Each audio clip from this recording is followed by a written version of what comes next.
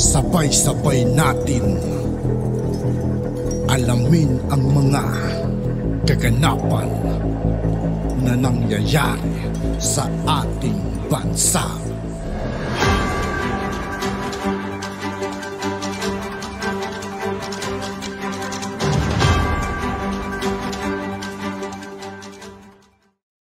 Yo, what's up mga kaibigan? This is I2K po again. Ngayon nandito ulit tayo sa channel ni Pinas News Insider. Dito ulit tayo magbibigay ng komento at reaksyon. Kaya samahan nyo guys. Let's go!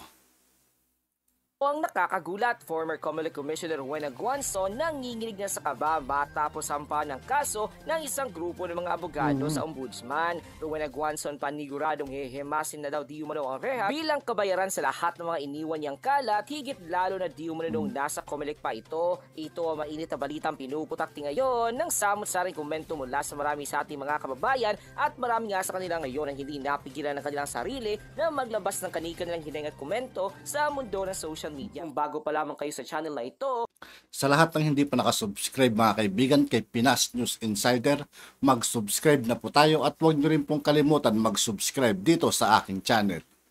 huwag kalimutang i-click ang subscribe at notification bell para mas mangyatili kayo lalo sa lahat pa ng bagong videos na i-upload namin. At yun nga mga kababayan, mainit ang pinag-uusapan ngayon sa mundo ng social media ang di mo ni balitang pus na ang mga maliligayang araw mo, Guanzon. Panahon na para singilin ka sa lahat ng mga atraso mo. Nagulantang ang mga dating commissioner ng commissioner election. Sa lahat ng di nakakilala guys, si Guanzon, siya yung sigaw na magnanakaw daw ang Marcos nun. Naalala nyo nung election eh. Siya yun, yung babaeng yun, yung tinutukoy nilang Guanzon. Yung alam mo, makapagsigaw siya ng magnanakaw, alam mo, napakalinis niya. Sigaw siya ng magnanakaw, wala naman niya lapag na ebidensya, puro paratang sa ating mahal na Pangulo. Diba? Sila naman pala yung mga tinatagong anomalya. Ngayon, humanda kayo ngayon, nagsisilabasan yung mga baho nyo.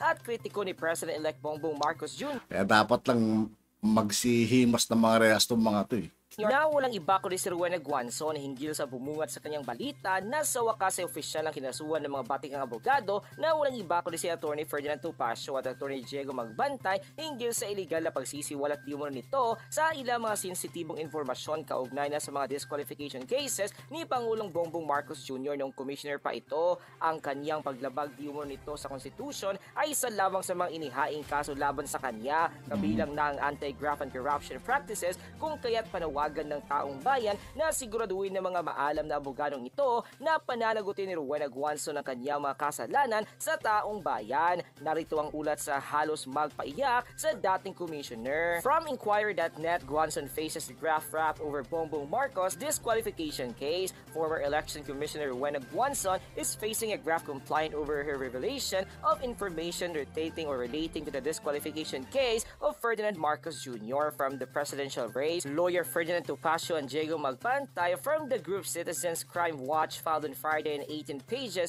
complaint at the Office of the Ombudsman accusing Guanzon of violating the anti-graft law, the Code of Conduct for Public Official Employees, and the revised Penal Code. That compliance cited when Guanzon, who was then presiding commissioner of the Commissioner Elections First Division, which handled one of the disqualification case against Marcos, disclosed her decision in a Jimmy 7 interview earlier this month that she had voted to disqualify Marcos, divulged her dissenting opinion that revealed that her fellow commissioner at the time, Amy Ferrino, was the fonente of the case. Guanzon's revelation of her vote to disqualify Marcos were premature public disclosure that were made without authority or justifiable reason, the compliance said. Responding to the complaint notably by Topacio, Guanzon recalled that the time she sued the former Bacolod City for libel and unjust vexation, she dismissed the complaint as being the personal grudge of Topacio against her over the cases he faced. The Guanzon filed. Topacio is an accused, and Guanzon said in her Twitter account, "That's why he has a personal grudge against me," Dempsey Reyes said, end quote. Bunsod nito ay giniit ng mga political vlogger at mga commentator na ang hakbang na ginawa na ito laban kay Rowena Guanzon ay maaaring matutuloy na di umano ang pagkagiwi nito at sasamahan nga niya si Dilima sa good place na sinasabi ni Lenny. Pahayag pa nila,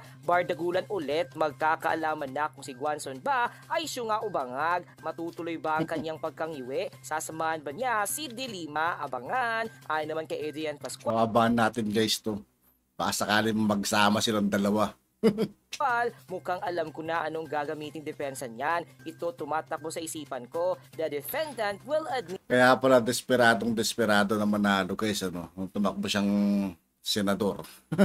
The action that will assert her lack of the culpability based on hashtag bahala kayo dyan and co. Kasunod ito ay nilapag ng isang Facebook page na sumusuporta kay Pangulong Bongbong Marcos Jr. at Vice President Sara Duterte Carpio ang isang video ni Rowena Guanzon kung saan nilapastangan ito ang 31 million na bumoto kay President Bongbong Marcos Jr. na sabihin niyang kalahati di mo daw sa atin ay binayaran na maituturing na isa sa mga rason at umahal. Ako guys bumoto ako sa ating mahal na Pangulong Bongbong Marcos at sa ating Vice Presidenting si Sara Duterte. Wala akong tinatatanggap guys, hindi ako binayaran. Yun ay binoto ko dahil sa gusto ko sila. Yung mga nagsasabi ng mga ganyan guys, mga taong di makamove on na lang siguro yung mga yan. Hindi nila matanggap 31 million ba naman.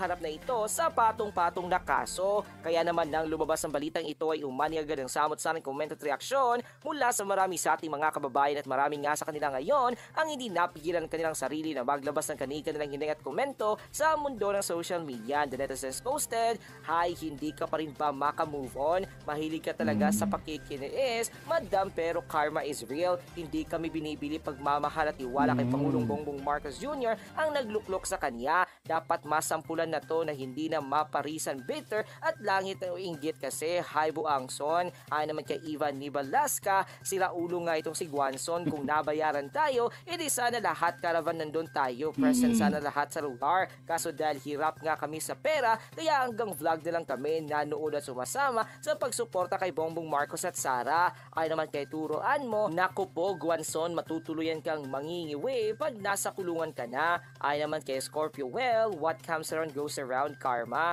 Ay naman kay Carlos Morales, wag namang isaj, walang kulong kung sakali man disbarment and punishment. Ay naman kay Rodolfo Rabino, matandang chismoso na sira ang ulo dahil sa paninira at kayabangan. Ay naman kay Teodoro Colegio, hoy huwag kang magbintang sa amin. Ay naman kay Den Reyes, ipakulong na yung sinungaling, same rin lang sila, lutang. Ay naman kay Josephine Villancia, masyadong mabibigyan kaya deserve lang na maghimas ng Reyes si Guanzon, grabe bastos ang bunganga. Ay naman kay Alexis Ganal, naghihintay na si Delilah sa iyo. Sa susunod diretso na naman ang mga dilawan. Ay naman kay Alice Long Show, nakakaya kasi ginawa yung buong mundo. Nakita doon pa siya nagsa stage, ngiwi ng ngiwi, apak-apakan kita na nakakahiya. Ay naman kay Vivian ito, dito sa Japan hindi din kami binayaran at gusto namin ng Bongbong Marcos Sara unity kaya wag kang assuming Guanzon, grabe yung kumuka sa iyo ng video. Ay naman kay Erlinda Bonghanoy, hoy babae, paghilom dira kahit piso wala kaming nadawat.